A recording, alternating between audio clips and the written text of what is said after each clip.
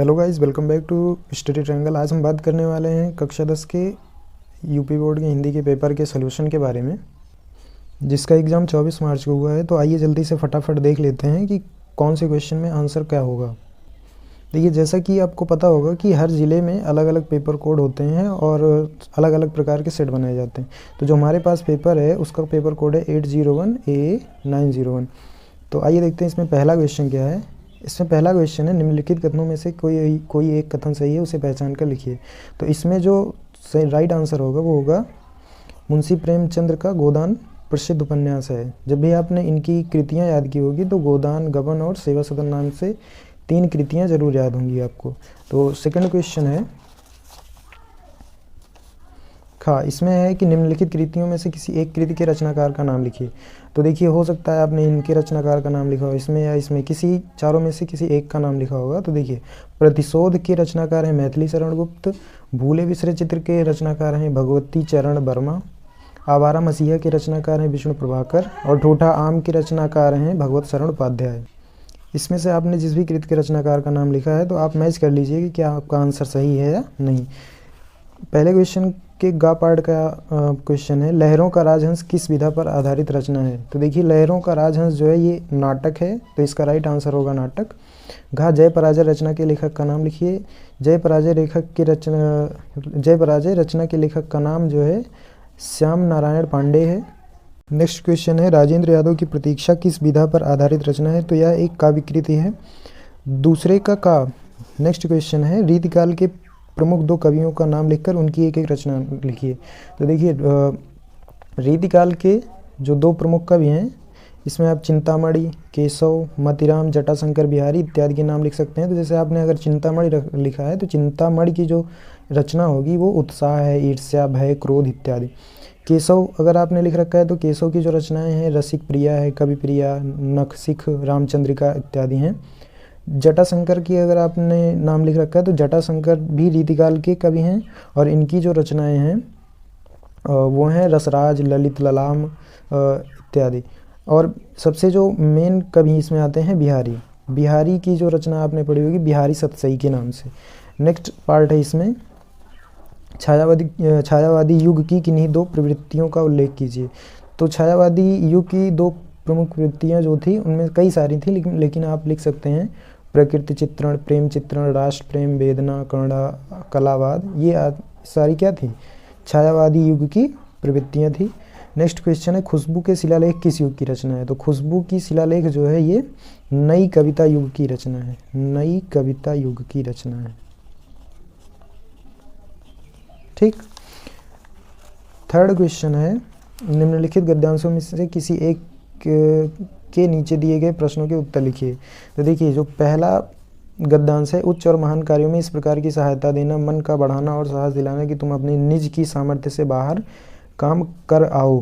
तो देखिए, ये जो पद्यांश है ये मित्रता नामक पाठ से लिया गया है। अगर आप इसे नहीं पहचान पाए तो अगर आप क्वेश्चन पढ़ेंगे तो क्वेश्चन में क्या है, हमें किस प्रकार के मित्र को महत्व देना चाहिए। तो मित्र शब्द है तो आप यहाँ से ही पहचान सकते हैं आसानी से कि ये मित्रता नामक पाठ से लिया गया है। और इसके जो लेखक हैं वो कौन हैं, इसके लेखक हैं आचार्य रामचंद्र शुक्ल। तो यहाँ भी आपने संदर्भ लिखा होगा, रेखा के अंश की व्याख्या करनी है और हमें किस प्रकार के मित्र को महत्व देना चाहिए इसका भी आंसर कर दिया होगा।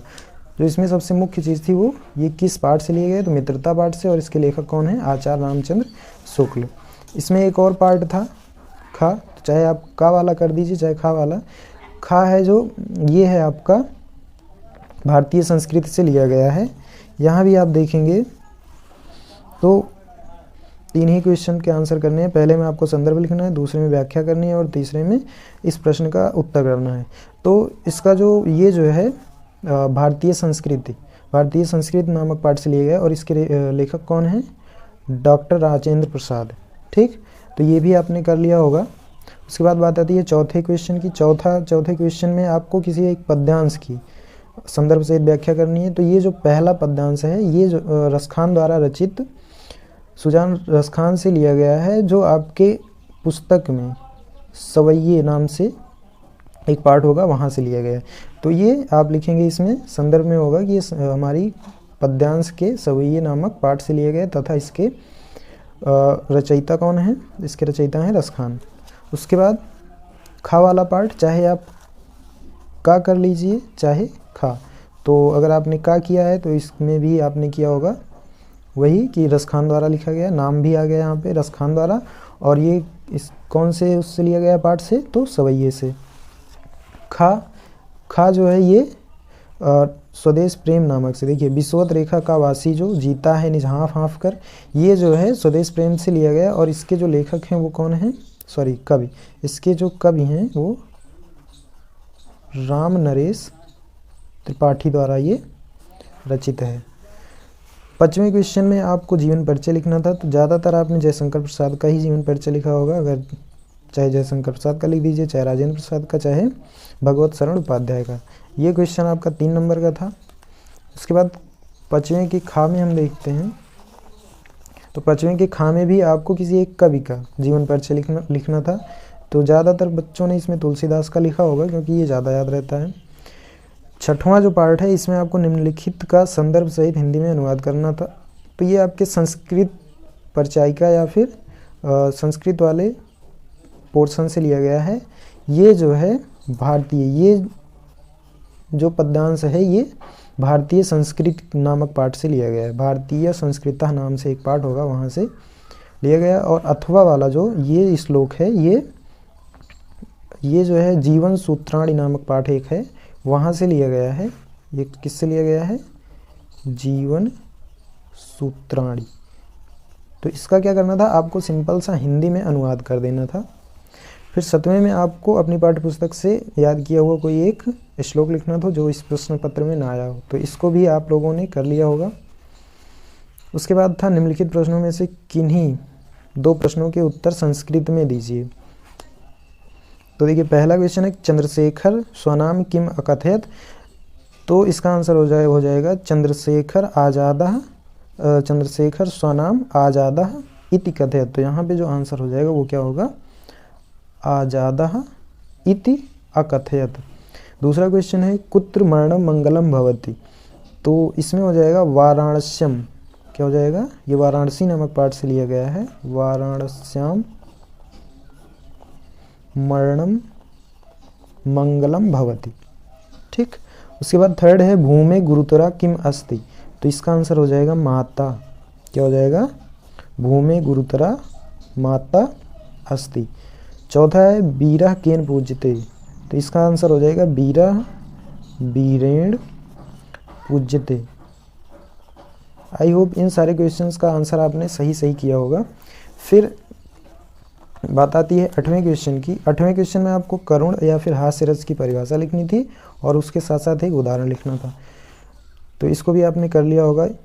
रूपक अथवा उपमा अलंकार की आपको परिभाषा लिखनी थी और साथ में एक उदाहरण करना था, ये भी आपने किया होगा। रोला और सोठा छंद की परिभाषा उदाहरण सहित करना था, ये भी हो गया होगा, आसान क्वेश्चन था। फिर 9वें के का की बात आती है, तो 9वें के का में है निम्नलिखित उपसर्गों में से किन्हीं 3 के मेल से एक शब्द बनाइए।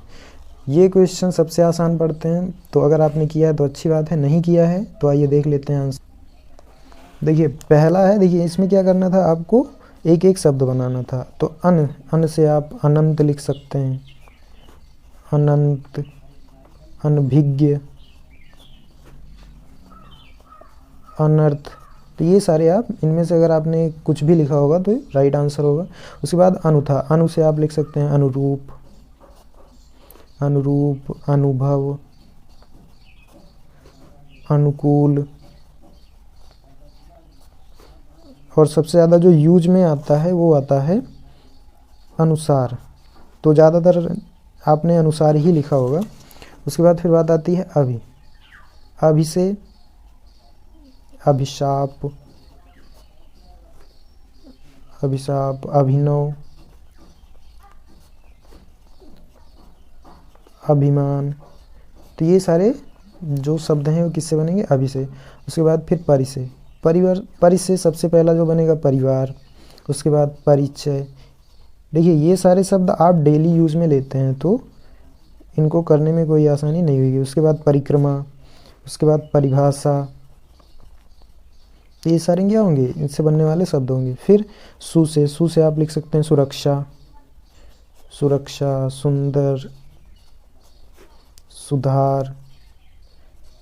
तो आई होप आपने इसका भी राइट आंसर कर दिया होगा। यहाँ पे आपको पूरा नहीं करना था, केवल किन्हीं तीन के मेल से आपको एक एक शब्द बनाना था। ठीक, उसके बाद खा में देखें तो खा में क्या है, निम्नलिखित में से किन्हीं दो प्रत्ययों का प्रयोग करके एक एक शब्द बनाइए। तो देखिए क्या होता है कि इसे हम लास्ट में अंतिम में कोई ऐसे शब्द ढूंढते हैं जो जिनके ये अंत में यूज हुआ हो। तो जैसे त्व है, तो त्व आप ज़्यादातर आपने लिखा होगा महत्व, महत्व है, अपनत्व है, अपनत्व, घनत्व, उसके बाद प्रभुत्व। तो ये सारे त्वा से मिलके बनेंगे। फिर वाह तो सबसे आसान होता है, दिखावा, दिखावा हो गया, पछतावा हो गया, पछतावा, बुलावा। तो ऐसे ही आप ढेर सारे शब्द वाह का इस्तेमाल करके बना सकते हैं। उसके बाद वट में आपने लिखा होगा सजावट, सजावट, गिरावट, लिखावट। इसके बाद है आई में आपने लिखाई। देखिए इसमें कन्फ्यूज़न हो जाती है। देखिए आपको ऐसा नहीं है कि आप ऐसे शब्द लिखें जिसमें आई साफ साफ हो। तो लिखाई हो गया, पढ़ाई। अगर आप संधि विच्छेद करेंगे तो यहाँ पे आई आएगा लास्ट में। तो इसे पढ़ाई, लिखाई, लड़ाई, ऐसे ही और भी कई सारे शब्द होते हैं। पन में आप गंदापन, पागलपन, मैलापन आदि कई सारे शब्द भी लिख सकते हैं। तो ये बात थी 9वें के का और खा। फिर 9वें का गा। 9वें के गा में क्या करना था, 9वें के गा में आपको समास विग्रह करना था। तो 9वें के गा में समास विग्रह देखिए, पहला जो है दोपहर, किन्हीं दो के करने थे। तो हो सकता है आपने दोपहर का किया हो, चौराहा का किया हो, कुछ भी। तो आइए हम सारे शब्दों के समास विग्रह देख लेते हैं। तो दोपहर का जब आप करेंगे तो दोपहर का हो जाएगा दो पहरों का समाहार, दो पहरों का समाहार, या आप में से कुछ लोगों ने लिखा होगा समूह। उसके बाद चौराहा, चार राहों का समाहार, त्रिकोण, तीन कोणों का समाहार। ये हो जाएगा देश और विदेश, खरा और खोटा, खरा और खोटा। इसमें हो जाएगा माता और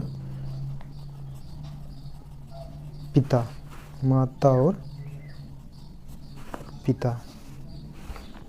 तो ये भी आपने कर लिया होगा, क्योंकि इसमें द्वंद्व और दो ही समास हैं आपके जो उसमें सिलेबस में। और दोनों में क्या, एक में आपको और लगा देना होता है, एक में का समूह या का समाहार इस्तेमाल होता है। उसके बाद बात आती है घा वाले में। घा वाले में आपको क्या करना था, निम्नलिखित में से किन्हीं दो शब्दों के तत्सम रूप लिखने थे। यहाँ पे जो क्वेश्चंस थे ये थोड़ा टिपिकल थे, जिसने पढ़ा होगा उसके लिए आसान थे। देखिए कुआं का तो कूप लिखा होगा ज़्यादातर बच्चों ने, छाया का छाँव या छाँ, पाहन का होगा पाषाण, पाहन का क्या होगा पाषाण। देखिए पाषाण का जो मतलब होता है पत्थर से होता है, तो इसका क्या हो जाएगा पाहन का पाषाण। श्रृंगार का श्रृंगार, लौंग का लवंग होगा, लौंग का क्या होगा लवंग। तो ये भी आपने इनमें से अगर जो भी किया होगा तो आप चेक कर सकते हैं कि कौन सा आपने किया था। फिर उसके बाद बात आती है अंगा की। इसमें क्या है, निम्नलिखित में से किन्हीं दो शब्दों के दो दो पर्यायवाची शब्द लिखिए। कमल का तो सबको याद होगा, पंकज, नीरज, सरोज इत्यादि आपने लिखा होगा। क्रोध का होगा गुस्सा, कोप, रिस। दिन का क्या होगा दिवस, दिवा, वार इत्यादि। नदी के जो पर्यायवाची शब्द सरिता, तरंगिणी या सरी। पक्षी का होगा खग, पतंग, नभचर इत्यादि। ये बात हुई 9वें क्वेश्चन की। अब 10वां क्वेश्चन है। 10वें क्वेश्चन में आपको निम्नलिखित में से किन्हीं दो के संधि करने थे और साथ में संधि का नाम भी लिखना था। तो मनवंतर का जो संधि करेंगे आप तो हो जाएगी मनवंतर। आदि अंत का करेंगे तो आद्यंत। इतयुक्ता का करेंगे तो क्या इति धनुक्ता का हो जाएगा इतयुक्तवा, इतयुक्तवा। पितृधन आकृति का करेंगे तो इसका हो जाएगा पित्राकृति। देखिए ये अब इनकी आपको संधि भी लिखनी थी कि कौन सी संधि है, संधि का नाम। तो ये क्या होगा, यड़ संधि आपके सिलेबस में था, सारे जो हैं यड़ संधि से थे। 10वें के खा में निम्नलिखित शब्दों के पंचमी विभक्ति द्विवचन का रूप लिखना। ये क्या लिखना था आपको, पंचमी विभक्ति और द्विवचन। तो मति का क्या हो जाएगा, मति का पंचमी विभक्ति हो जाएगा मतिभ्याम। नदी का अगर आपने लिखा है तो नदी का हो जाएगा नदीभ्याम, आसान था। फल का आपने लिखा होगा तो फलाभ्याम, और अगर मधु का लिखा होगा तो मधु का हो जाएगा मधुभ्याम। तो ये भी आसान था। उसके बाद गा में है निम्नलिखित में से किन्हीं दो की धातु, लकार, पुरुष तथा वचन लिखना है। आपको क्या क्या लिखना है यहाँ पे, धातु, लकार, पुरुष। तो एहसाव जो था ये किससे था, हस धातु से था, और लकार इसमें था लंग लकार, लंग लकार। उत्तम पुरुष, लंग लकार उत्तम पुरुष, और वचन क्या था, द्विवचन था। सेम एज पठिश्याम का पठ धातु था, लिट लकार था, उत्तम पुरुष था और एक वचन था। अगर आपने हसेयु का किया, हसेयु का क्या होगा, हस धातु से था, हस धातु विधिलिंग लकार, क्या होगा ये विधिलिंग लकार।